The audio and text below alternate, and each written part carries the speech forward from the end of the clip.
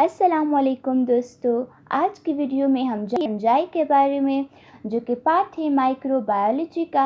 इसके अलावा फंजाई के अलावा हमारे पास जो बैक्टीरिया है और जो वायरसेस है वो भी माइक्रोबायोलॉजी के हिस्से में आते हैं। ठीक है, माइक्रोबायोलॉजी की कैटेगरी में आते हैं, जो कि आप मेरी प्रीवियस वीडियोस में देख सकते हैं। आज की वीडियो में हम बेसिकली जानेंगे फंजाई के बारे में। सो चलिए विदाउट वेस्टिंग आवर टाइम हम अपनी आज की वीडियो को स्टार्ट करते हैं। सो फ्रेंड्स, सबसे पहले हम जान लेते हैं कि फंजाई है क्या। फंजाई को हम डिफ़ाइन कैसे करेंगे, तो फंजाई जो है ये मल्टी सेलुलर हेट्रोट्रॉफिक ऑर्गेनिजम्स है। यानी फंजाई जो है ये मल्टी सेलुलर ऑर्गेनिजम्स भी है, एक से ज़्यादा सेल्स के बने हुए होते हैं। ये हेट्रोट्रॉफिक है, यानी ऑटोट्रॉफिक नहीं है, फोटोसिंथेसिस की एबिलिटी नहीं रखते क्योंकि इनमें क्लोरोफिल और क्लोरोप्लास्ट नहीं होता। अच्छा, अब इसके अलावा हमने तो पढ़ लिया कि फंजाई जो है तो वो मल्टी सेलुलर ऑर्गेनिजम्स है। लेकिन दोस्तों, फंजाई में एक स्पीशी है जिसका नाम यीस्ट होता है, और यीस्ट वो वाहिद फंजाई है जो कि यूनिसेलुलर होता है। फिर आगे जाके यीस्ट के भी डिफरेंट स्पीशीज़ है, ठीक है, लेकिन हम बेसिकली कहते हैं कि यीस्ट ही वो फंजाई है जो यूनिसेलुलर है।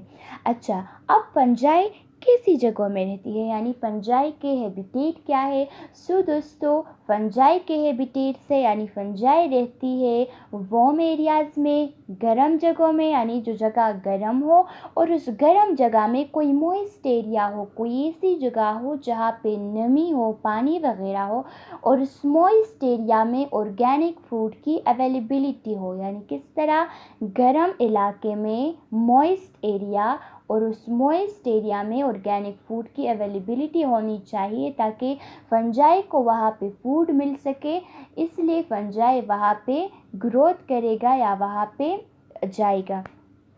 अच्छा, अब ऑर्गेनिक फूड से क्या मुराद है दोस्तों। सो ऑर्गेनिक फूड से मुराद वो फूड है, वो खुराक है जिसमें किसी भी किस्म का केमिकल शामिल नहीं होता। और अगर हम बात करें ऑर्गेनिक फूड की, तो ऑर्गेनिक फूड जो है वो ऐसा फसल या ऐसा खुराक जो एक ऐसी ज़मीन से हासिल की जाए जिस ज़मीन पे 500 सालों तक कोई केमिकल ना डाला गया हो, यानी कोई भी केमिकल उस पे स्प्रिंकल ना किया गया हो, ठीक है, तो वो होता है ऑर्गेनिक फूड। अच्छा, अब फंजाई जो है ये किस तरह से खुराक को खाते हैं, लेते हैं। हम तो सबसे पहले फूड को इंजेस्ट करते हैं, फिर हमारी फूड की स्वेलविंग होती है, फिर बाद में जाके हमारी फूड की डाइजेशन शुरू हो जाती है। लेकिन दोस्तों याद रखिए कि फंजाई जो है उनमें ये डाइजेस्टिव ऑर्गन्स जो है ये प्रेजेंट नहीं होते, जिसकी वजह से वो बाहर फूड की डाइजेशन करते हैं। यानी फॉर एग्ज़ाम्पल, उनको कोई ऑर्गेनिक फूड मिल गया तो वो क्या करेंगे, उधर अपने हाइड्रोलाइटिक एंजाइम्स को सिक्रीट करेंगे, प्रोड्यूस करेंगे, जो और ठीक है, हाइड्रोलाइटिक एंजाइम्स वहाँ पे उस फूड की ब्रेक डाउन करेंगे, उसकी तोड़ फोड़ करेंगे, और फिर जो फंजाई है तो वो उस फूड को इंजेस्ट करेगा, उसको लेगा। तो जैसे ही वो फूड उसकी बॉडी में एंटर हो जाए, उसकी तो ऑलरेडी बाहर डाइजेशन हो चुकी होगी, तो जैसे ही फूड उसकी बॉडी में एंटर हो जाए उसको डायरेक्टली एनर्जी मिल जाएगी। अच्छा, इसके अलावा हम जान लेते हैं कि फंजाई किस टाइप के हैं। सो दोस्तों, ज़्यादातर जो फंजाई होती है ये डीकम्पोजर्स वाली कैटेगरी में आती है। डीकम्पोजर्स को हम सेप्रोट्रॉफ्स भी कहते हैं। और डीकम्पोजर्स क्या है ये हम प्रीवियस वीडियो में डिस्कस कर चुके हैं फूड चेन के टॉपिक में। डिकम्पोजर्स जो है वो ऑर्गेनिजम्स है जो डेड प्लांट्स या डेड एनिमल्स को खाते हैं, उनसे केमिकल एनर्जी हासिल करते हैं, ठीक है। तो फंजाई जो है ये ज़्यादातर डिकम्पोजर्स होती है, ठीक है, यानी ज़्यादा तादाद में फंजाई जो है वो डिकम्पोजर्स यानी सेप्रोट्रॉफ्स वाली कैटेगरी में आती है। इसके अलावा फंजाई जो है ये पैरासिटिक भी होती है। पैरासिटिक या पैथोजेनिक दोनों एक ही है। पैथोजन क्या है, हमने पढ़ा था कि वो ऑर्गेनिज्म जो डिजीज काज करते हैं वो कहलाते हैं पैथोजेंस या पैथोजेनिक ऑर्गेनिजम्स।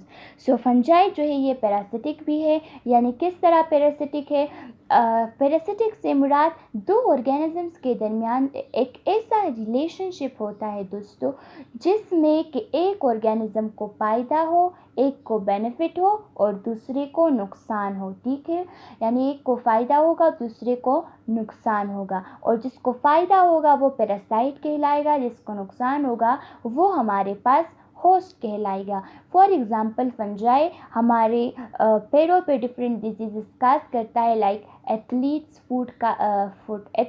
फुट काज करता है। ठीक है, जिससे फंजाई को तो फ़ायदा हो रहा है लेकिन हमें नुकसान हो रहा है। So it is parasitic relationship between human beings and fungi.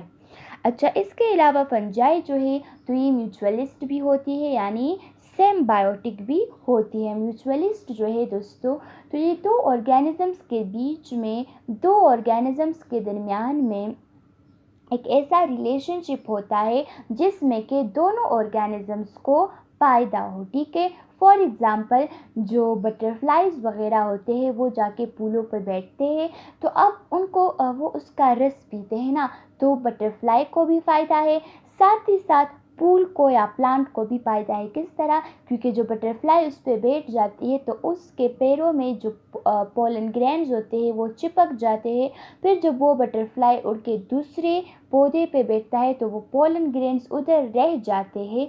तो इस तरह प्लांट्स में रिप्रोडक्शन का प्रोसेस होता है। तो क्या होता है, बटरफ्लाई आ गई, उसे रस मिल गया, उसे फूड मिल गया, उसको भी फ़ायदा है और प्लांट्स को भी फ़ायदा है, उसमें रिप्रोडक्शन हो गई इसकी वजह से। सो फंजाई जो है ये एज अ म्यूचुअलिस्ट भी पाया जा सकता है, लेकिन ज़्यादातर जो है ये डिकम्पोजर्स होते हैं। सो दोस्तों, ये था फंजाई के बारे में बेसिक इन्फॉर्मेशन, और फंजाई के बारे में इंशाल्लाह मैं और भी वीडियोस बनाऊंगी जिसमें हम फंजाई के बारे में ज़रा डिटेल से जानेंगे। लेकिन चूंकि अभी हमारा टारगेट है बायोलॉजी को पढ़ना, बायोलॉजी के इंट्रोडक्शन को कंप्लीट करना। इंट्रोडक्शन तो हम पढ़ चुके हैं, अब हमने ब्रांचेस डिस्कस करनी है, साथ ही साथ उसमें भी हम ज़रा मज़ीद इन्फॉर्मेशन हासिल करेंगे। लेकिन जब ब्रांचेस कवर हो जाएंगे फिर हम पढ़ेंगे फंजाई के बारे में और डिटेल से। ठीक है, सो उम्मीद करती हूँ आपको आज के वीडियो की समझ आ गई होगी। चलिए मिलते हैं नेक्स्ट वीडियो में, तब तक आप अपना ख्याल रखिए। वस्सलाम।